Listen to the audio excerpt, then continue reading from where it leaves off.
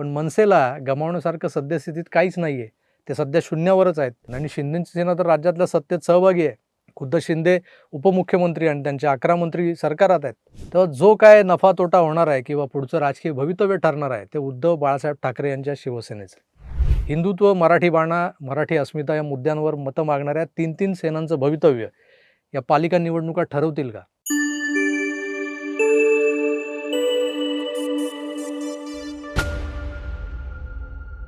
नगर परिषदांच्या आणि नगरपंचायतींच्या निवडणुकांच्या वेळी महायुतीच्या 3ही पक्षांची दोस्तीत कुस्ती झाल्याचं आपण पाहिलेलं आहे. आणि त्या कुस्तीतले भलते-सलते नियमबाह्य डावही आपण पाहिलेत. धोबी पछाड, हनुमान उडी, पंजा चवडा. पण जसा का या निवडणुकांच्या प्रचाराचा धुरळा खाली बसला, तसा महायुतीत विशेषतः सेना भाजपामध्ये तह झाला. 15 दिवस आधी उपासलेल्या तलवारी मॅन झाल्या. भाजपचे प्रदेशाध्यक्ष रवींद्र चव्हाण आणि एकनाथ शिंदे यांच्यात झालेल्या बैठकीनंतर आपणही यावर व्हिडिओ केला होता. मांडवली झाली.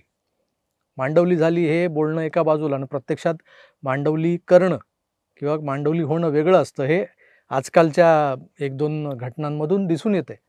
एका बाजूला भारतीय जनता पक्षाच्या वेगवेगळ्या सोशल मीडिया टीमकडून ट्विटरवर शिंदेंच्या वागण्या बोलण्याचं विश्लेषण करणाऱ्या पोस्ट येऊ लागलेल्या आहेत. त्यांची बॉडी लँग्वेज, त्यांचं सातत्यानं संघ आणि दिल्लीत बसलेल्या भाजपेश्वरांचं केलं जाणारं कौतुक, यावरून शिंदेंना स्वाभिमानच नाही आहेत. ते अजितदादा बघा कसे स्वतंत्र लढ म्हटलं तर मुकाट बाहेर पडले. खरं तर नवाब मलिक या मुद्द्यावर NCP अप गटाला सोबत घेणं भाजपला परवडणारच नाही आहे. हे ध्यानात घेऊन दादांना त्यांच्या प्रभाव क्षेत्रात त्यांची स्वतःची ताकद दाखवून देण्याची मोकळीक देवेंद्रजींनी दिलेली आहे. दुसरी गोष्ट म्हणजे शिंदे सतत दिल्लीला जातात, यावरूनही अनेकांना कीबोर्ड बडवण्यासाठी खाद्य मिळतं. दादा राज्यातल्या नेतृत्वाच्या अंकित आहेत, त्यांना राज्यातूनच संकेत मिळतात. पण संजय राऊत जसं म्हणतात की शिंदेंच्या पक्षाचे पक्षप्रमुख हे दिल्लीत बसलेत, अमित शहा हेच त्यांचे नेते आहेत आणि यात तथ्य असावं म्हणून शिंदे नाराज झाले की दिल्लीला जात असावेत, नाही का? यावरून एकतर स्पष्ट होतंय की शिंदेंना मॅनेज करणं राज्यातल्या नेत्यांना शक्य नाही. या सगळ्या कार्यकर्त्यांच्या भावना आहेत असं म्हटलं जातं. कारण दोन्हीकडच्या कार्यकर्त्यांना स्वतंत्र लढण्याची खुमखुमी आलेली आहे. कारण ही कार्यकर्त्यांची निवडणूक आहे असं लेबल लावलं जातं. तर आपला विषय होता मांडवलीचा. ही मांडवली तात्पुरती होती आता असं दिसू लागले.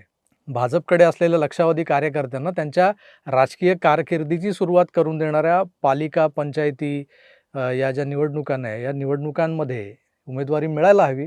तर या सगळ्याच म्हणजे प्रत्येक छोट्या-छोट्या निवडणुका भाजपला स्वतंत्र लढवायला हव्यात.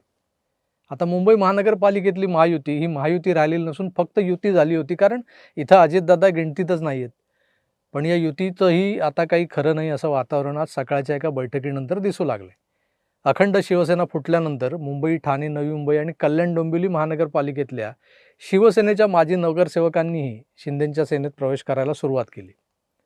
शिंदे मुख्यमंत्री असताना वर्षावर, नंदनवनवर पक्षप्रवेशांची नुसती रीग लागलेली होती. उद्धव सेनेला रिकामी करून शिल्लक सेना बनवण्यात या पक्षप्रवेशांचा मोठा वाटा होता. आता 2017 साली मुंबई महानगरपालिकेतली स्थिती पाहता शिवसेनेकडे 99 नगरसेवक होते, भाजपकडे 82.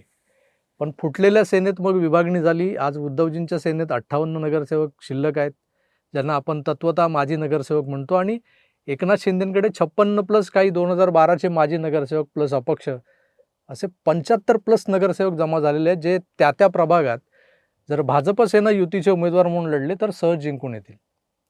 या आकड्यांच्या जोरावर आणि युती धर्माचा फॉर्म्युला म्हणून मागच्या खेपेला जिंकलेल्या जागा त्या पक्षाला सोडल्या जाव्यात हे तत्व पाळलं गेलं तर भाजपला मुंबईतल्या जागा वाटपात शिवसेनेला 85 तरी जागा द्याव्या लागतील हे निश्चित आहे.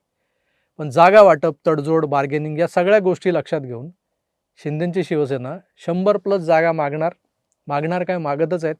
आणि भाजप 56 ते 60च्या वर देणार नाही असं म्हणते. भारतीय जनता पक्षाला 100 जागा हमखास मिळणार असा अंदाज एका सर्वेतून बाहेर आलाय. त्या 100 जागा सिक्युअर करायच्या तर किमान 150 जागा लढवायला हव्यात. हा ठोकताळा मांडला तर भाजपला आपल्या मित्रपक्षांच्या आकांक्षांना वेसण घालावी लागणार आहे. पण जर मुंबई पुन्हा ठाकरेंच्या हातात जाऊ द्यायची नसेल तर युती किंवा महायुती जपत कुठेतरी तडजोड करणं आवश्यक आहे. ही तडजोड होत नसेल तर आणि मुंबईत एकाच वेळी 3 सेना लढत असतील तर एक वेगळाच निकाल लागू शकतो.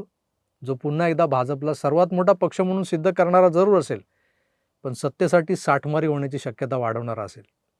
महाराष्ट्रात 2019ला जशी वेगळी समीकरणं आपण पाहिली होती, तशी मुंबई महानगरपालिकेत वेगळी समीकरणं दिसण्याची शक्यता या सगळ्या गोष्टींमुळे वाढण्याची शक्यता आहे.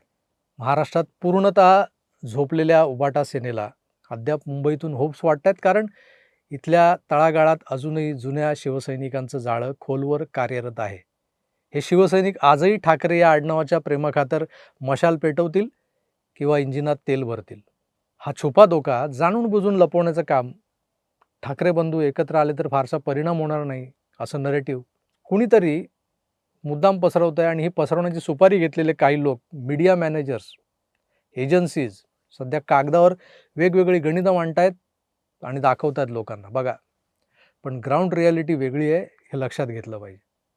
नगर परिषदांच्या निवडणुकांच्या खेपेला लोकशाहीच्या नावानं जो अभूतपूर्व तमाशा झाला, जो जागरण गोंधळ जो घातला गेला, त्याच्याही पेक्षा भयंकर स्थिती येत्या महानगरपालिका निवडणुकींच्या वेळेला आपल्याला पाहावी लागणार आहे, असं किमान आजच्या घडीला तरी दिसतंय. गल्लीबोळातल्या चोर बैठका जोरात सुरू आहेत. जोर बैठका नाही म्हणत, चोर लपून छपून चाललेल्या. त्यातून अनेक इच्छुक उमेदवार तयारीला लागलेले दिसत आहेत. ज्यांच्या मागे पक्षाचं लेबल आहे ते तर प्रचारालाच लागलेत. यावरून स्पष्ट होतं आहे की मुंबईत तरी मराठी मतांचं विभाजन नव्हे तर त्रिभाजन होण्याची दाट शक्यता आहे. हिंदुत्व, मराठी बाणा, मराठी अस्मिता या मुद्द्यांवर मतं मागणाऱ्या 3-3 सेनांचं भवितव्य या पालिका निवडणुका ठरवतील का, असा प्रश्न जेव्हा विचारला जातो, तेव्हा उद्धव सेना आणि महाराष्ट्र नवनिर्माण सेना या दोन्ही सेनांसाठी ही करो या मरोची लढाई असेल असं म्हणतात लोक. पण मनसेला गमावण्यासारखं सद्यस्थितीत काहीच नाही आहे.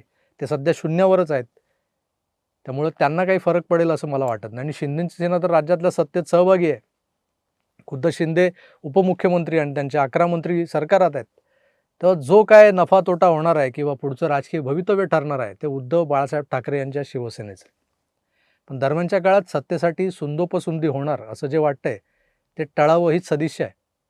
महाराष्ट्राच्या राजकारणाला एक सुसंस्कृतपणाची गरिमा आहे, ती टिकून राहावी एवढीच इच्छा आहे. बघूया पुढे काय होतंय. घोडा मैदान लांब नाही, 1-2 दिवसांचीच गोष्ट आहे. पण जसं म्हटलं जातंय ना, की ह्या निवडणुका, या महानगरपालिका, पंचायती, परिषदा यांच्या निवडणुका या कार्यकर्त्यांच्या निवडणुका असतात.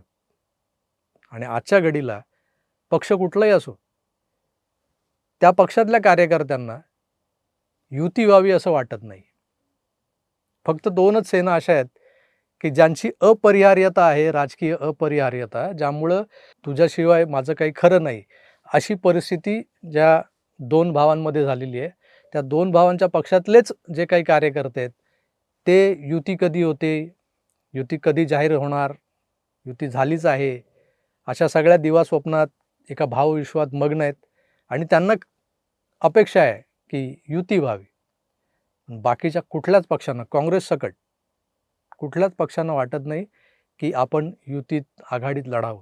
प्रत्येकाला वाटतंय स्वतंत्र लढावं. त्यामुळे युती व्हावी ही कार्यकर्त्यांची इच्छा नाही. त्यामुळं महायुती म्हणा, युती म्हणा, या संज्ञेचं, या व्याख्येचं काही खरं नाही असं सध्या तरी दिसतंय.